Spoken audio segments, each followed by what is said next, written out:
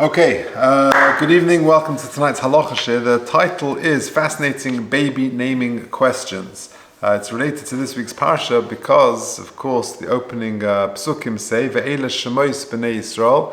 These are the names of the Jewish people, Haboy Mitzrayma, etc., Reuven, Shimon, Levi, Yehuda, etc., etc.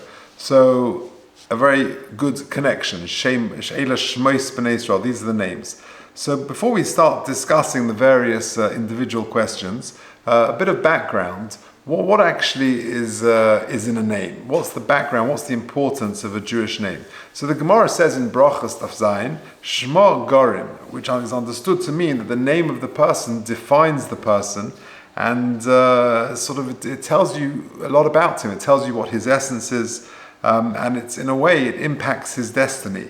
The Arizal, I think, or the Mekubalim say that the word neshama, the middle letter, the essence, the root of the word neshama contains the letters shin mem. So neshama is sort of surrounded, as it were. The root, the essence of it, is the name of the person, neshama.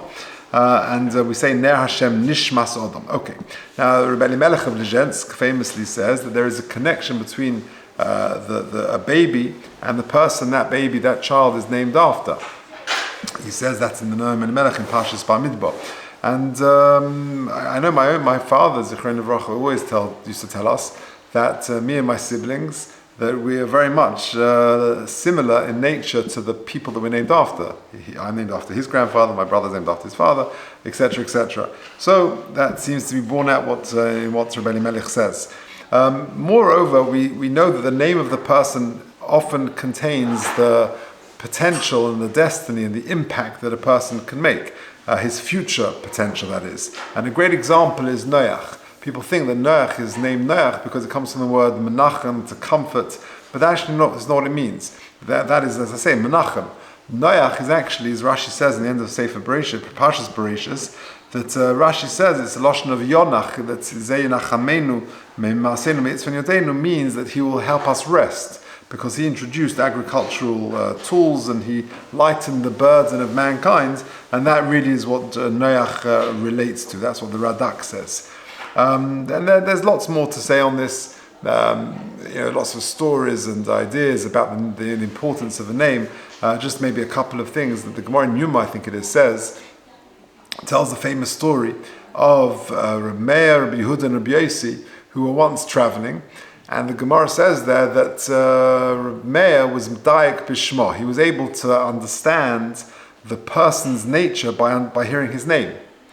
And they went to a certain inn, and in those days you would deposit your money bag at the inn. And the Gemara says that Rabbi Meir was a bit dubious about the character of the innkeeper, because his name was Kidar. Chaf Yud Dalet Vav Reish, Kidar. But Rabbi Yehuda and Rabbi Yossi, his two companions, they were less worried. They weren't worried about it. So the Gemara says that Rabbi Meir didn't hand over his purse, his money bag, to the innkeeper, because he said that the word Kidar reminds him of the pasuk in Ha'azinu, Ki Dar Tahapuches Hema, referring to Klal Yisrael. The Klal Yisrael are a Dar Tapuchas. Tapuchas means they're a volatile, changeable nation. It's not a praise of them. And therefore he was a bit dubious. And the Gemara goes on to say that, sure enough, when they were ready to move on a few days later, whenever it was, Rabbi Yehuda, Rabbi Yossi came to the innkeeper, Kidar, and they said, "Can we have our money bags back?" And he said, "What money bags?" And Rabbi Meir sort of smiled and said, "I told you." And anyway, the Gemara goes on and tells a fascinating postscript to the story, because what happened was, the end of the story is Rabbi Yehuda and Rabbi Yossi managed to get their bags back. How so? They went to the wife of Kidar, because they noticed Kidar had some lentils on his sort of on his moustache and his upper lip. And so they went back to his wife and they said, "Listen, he told us that you should give us the money bags, the purses, and the code is he had lentils for breakfast." And she said, yeah, Taki had lentils for breakfast. She went to get the money bags, gave it to them. They went off, and that evening Kidar came home, sitting at the supper table, and how was your day? Yeah, good. How was your day? Anything interesting? Yeah, by the way, Rabbi Yehuda and Rabbi Yossi came and I gave him the money bags. And he got so annoyed, says the Gemara, that he was so incensed that he killed his wife. Now, the Gemara says, you see from here, and I could give you 1,000 guesses. I don't think you'd get it unless you know the Gemara. You see from here what? So the Gemara says, you see from here, you should always wash my machronim.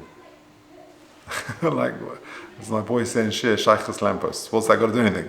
So the Gemara says, because if they would have been, if Kiddur would have been my machronim, you wash your hands, and then you go like that. It would have taken away all the lentils, and they wouldn't have... Anyway, so there you see an example of some background to some name. So let's press on. There's lots to say. Anyway, let's go through some questions. Now, all 5, I think there are, questions. There are questions put to Reb Chaim Kanievsky Zatzal, and all very interesting questions. Now, one of the high points of going to a bris, or even on a Shabbos morning or whenever it is, and a girl is named, that moment where the father is standing next to the Rav who's about to call out the name, or the Gabba, whoever's going to be doing it, and V'kar Shema B'Yisrael, and he goes quiet, and there's that sort of anticipation, that expectation, that moment. You feel there's a very powerful moment.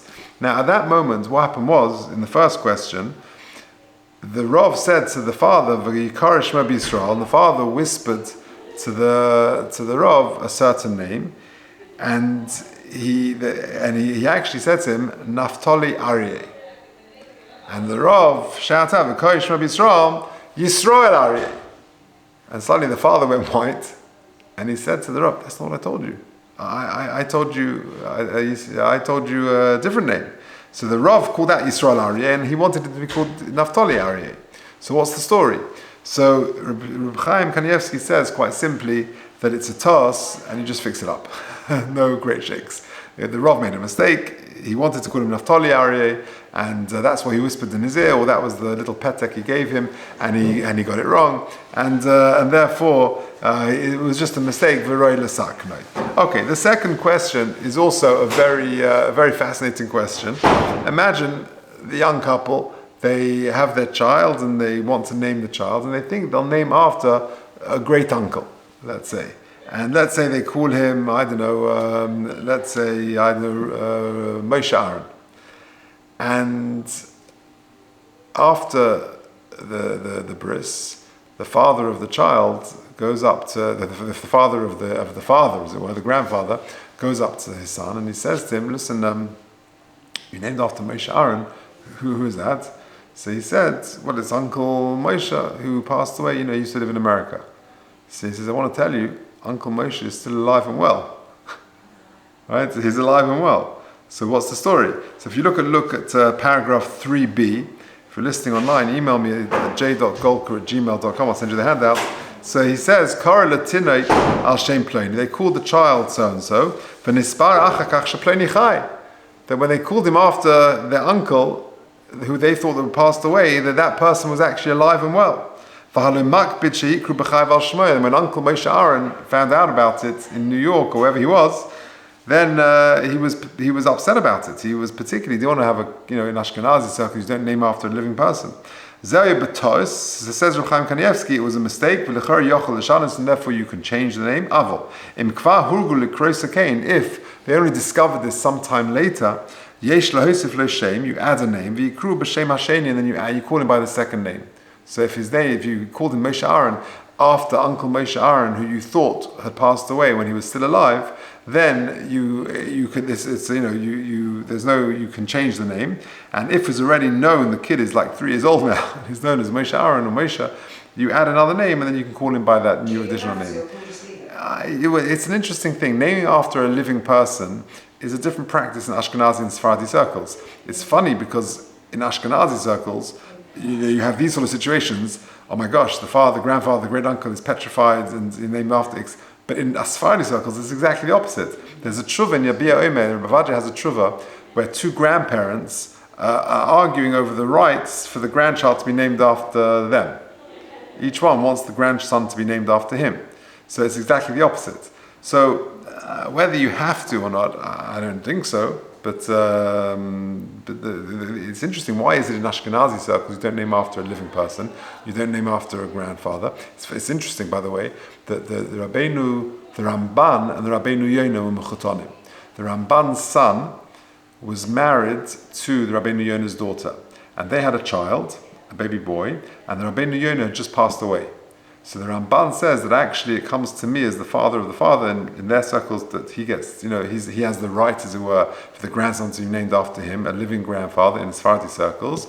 But because Rabbi Yon had passed away, and he should be named after him, and he'll become a great man in Klal Yisrael, and that's what happened actually.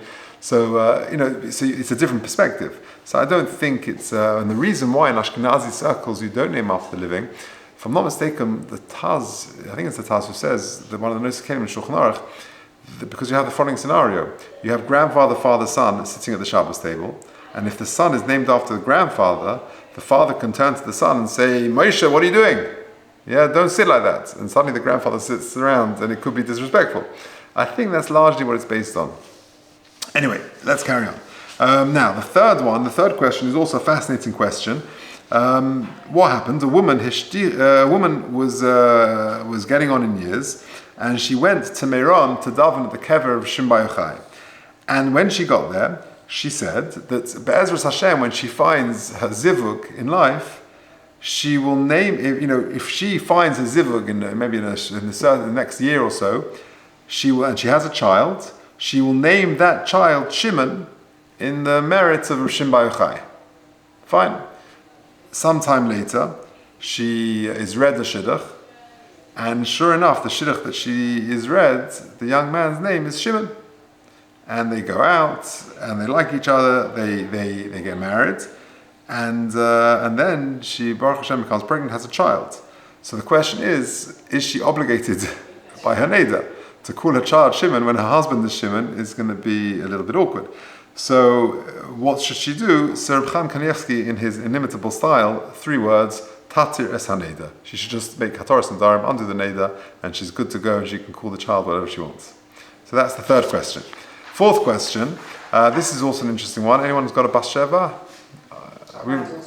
All right, so we've also got a daughter called Bathsheba. So that's an interesting one. Is Bathsheba 1 word or 2 words? So that's an old conundrum. So Reb Chaim Kanievsky was asked this question. It's also there's a male equivalent, as it were. There's a Ben Sion, same sort of question. So so you got a Ben Sion and a Bathsheba, right? So Hashem Bathsheba v'chein Ben Sion ha'im nechshav shem echad u'bei shemus. So Omer b'shem ha'gros. So the Gaon brings a brilliant raya from Rashi in Sanhedrin, shekosov of a mikrazek suvim yud gimel tevas. The Gemara says in Sanhedrin that a certain pasuk has 13 words. Va'af sheyud dayin tevas ele balkorch shebasheva nimis ksivacha. Tevas achas is 1 word. Now what's the pasuk? So the pasuk is a pasuk in Melachim. The pasuk says Vatovoi Bathsheva el hamelech hachadra va'melech zokin moed va'avishak hashunamis misharis hamelech. If I'm not mistaken, it was last week's Haftarah, Pashas Vaychi's Haftarah. So the Gemara Rashi says in Sanhedrin that this pasuk has 13 words. Now, if you count up the words, Vatovoi Bathsheva el hamelech hachadra va'melech zokein ma'od va'avishak hashunamis misharis es hamelech. I've just misread that. Again, Vatovoi Bas Sheva. I'm counting it as, okay, let's count it as 1 word because I think that's the proof. It's 14, right? But that's if you count Bas Sheva as separate. So therefore you see from here, because Rashi tells us that this pasuk has 13 words, it must be that Bas Sheva is 1 word. So the Gaon brings this Rashi as a raya that Bas Sheva is considered 1 word. And I presume the same is true for Ben Sion. Now, what about Yes, I have, just to confuse you. Yeah, indeed. Okay. And last issue is, can you name, or do you have to, is there an inyan to name after a name of the Sedra, whether it's Pashas Pinchas or I don't know, or do you name of a personality in the Sedra or a family member? Is that a bigger thing? So that question was put to Reb Chaim Kanievsky. So take a look at paragraph E. Haminag litzen shem parsha, the concept, the idea, the custom of giving a name from the parsha. V'kach yotz hachazon ish v'ayim b'sefer leket yosher. There is a minhag to name after a personality from the Sedra, or indeed the name of the Sedra itself. V'ayim b'sefer leket yosher. Shekosov Shalom ben Murkaz atzal hoyle mila b'rosh Hashanah. There was a bris milah in his shul in Rosh Hashanah. V'shal lebal Trumas Hadeshen. So this person asked the Trumas Hadeshen, Im likra ben acha oviv, ay acha Yitzchak Avinu. Because Rosh Hashanah, of course, is the birth of, we learn about the birth of Yitzchak, and also the Akedah, so he's a central character on Rosh Hashanah. So what should he do? Should he name after a grandparent, Or should he name after Yitzchak? Heishiv Meiri shehu va'aviv chayavim b'chved Yitzchak Avinu at kan hashena. Both him and his father are both duty bound to honor Yitzchak Avinu, and you should name after him. So interesting that the time of the year in which a child is born is also auspicious to name after an event or a personality of for the features in that time. Pamachas b'Parshas Kedoshim noilad bas. One time, interestingly, Parshas Kedoshim, a family had a baby daughter. V'yoatznu litzin Hashem tzipora. Now, what on earth has tzipora got to do with Parshas Kedoshim? So the Shaykh Pashazu, ki Apostle shel Haftorah, because you got to think quite laterally here. The pasuk in the Haftorah says, "Halu b'nei kushiyim atem, isa b'moed koton kushiyim shmon, kein yotzi bo ki isha kushis lokach." I.e., the wife of Moshe Rabbeinu was known as a kushis. V'halu tzipora shema, but her name was really Tzipora, and the Melamed, etc. V'kvaye shaychus the parsha. So the fact that the Haftorah talks about kushiyim, and the wife of Moshe was known as Isha Kushis, that's enough to name the child Tzipora on Parshas Kedoshim. So the connection doesn't have to be that concrete.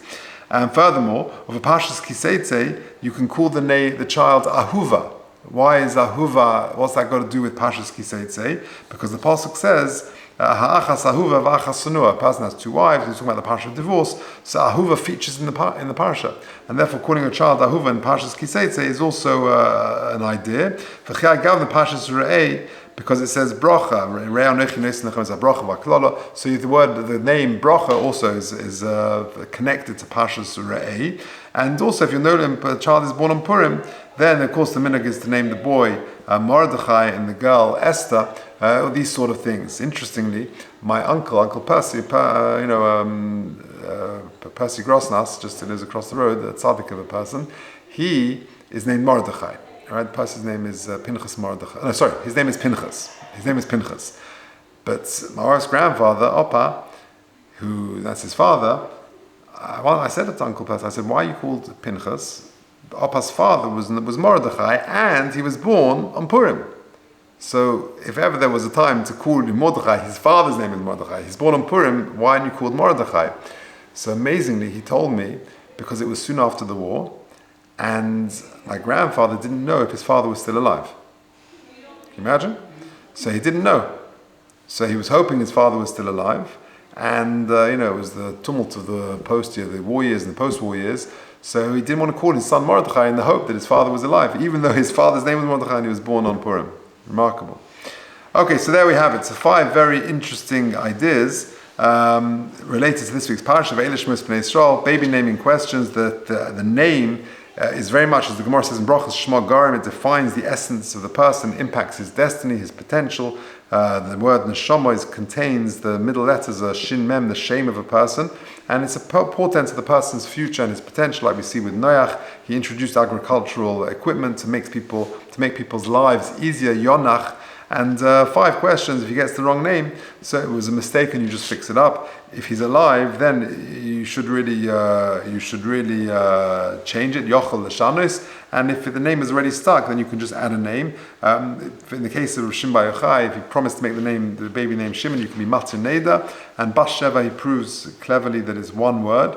Naming after a Sedra, or a personality in a Sedra, or something like that, or the time of year, that's an appropriate thing to do. Just finish with one lovely story that Pesach Chron always tells, that you should have a Frush Lema, that there was one time, I don't know if we mentioned this once before, but it was after the Yom Kippur War, and which of course spilled over for a few weeks, and then it took place over Sukkot.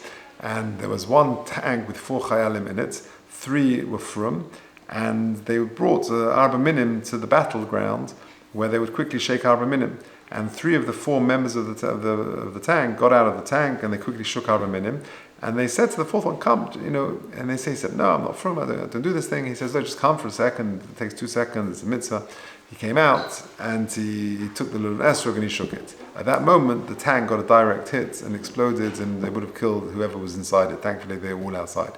The Chiloni soldier was so overwhelmed by the experience, he decided he's going to name a child after that event. And sure enough, years later, he got married, he had a child, and he had a daughter. and he called the daughter Lulava.